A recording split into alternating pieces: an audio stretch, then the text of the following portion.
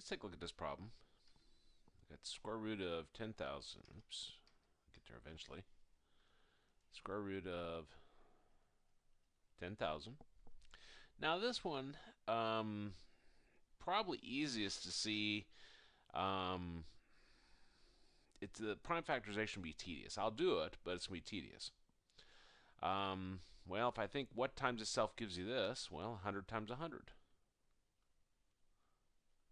How do I know that? Well, if you're multiplying powers of 10 together, like 10 squared, 10 third, 10 to the fourth, so forth. When you multiply these, you just see how many zeros you have. We have 1, 2, 3, 4, 1, 2, 3, 4. So that's why I know it's 100 times 100.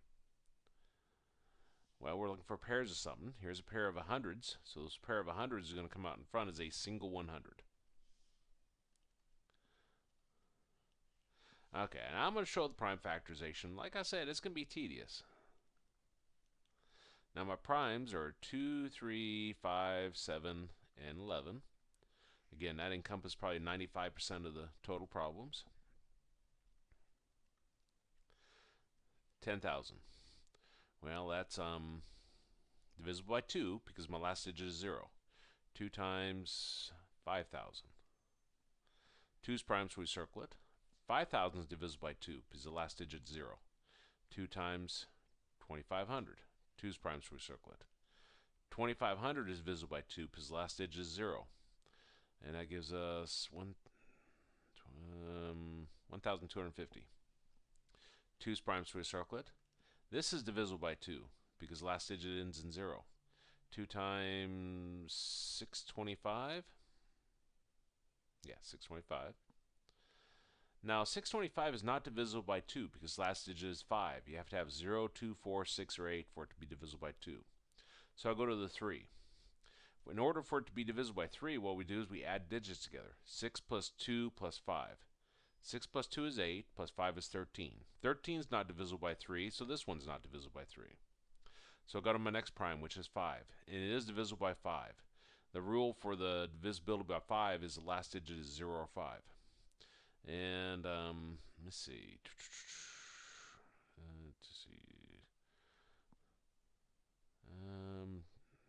Can't do my basic math today. That's sad.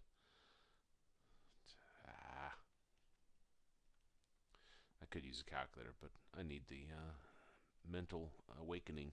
Okay, so 10, 25, 125. Okay, that's right. 5's prime, so we circle it. We're still on 5, and this is divisible by 5 because my last digit is 5. Last digit is 0 or 5 means it's divisible by 5. 5 times 25. 5's prime, so we circle it, and 25 is 5 times 5. And both those are primes, so we circle them. Okay, so I'll do it down here to give myself a little bit more space. 10,000.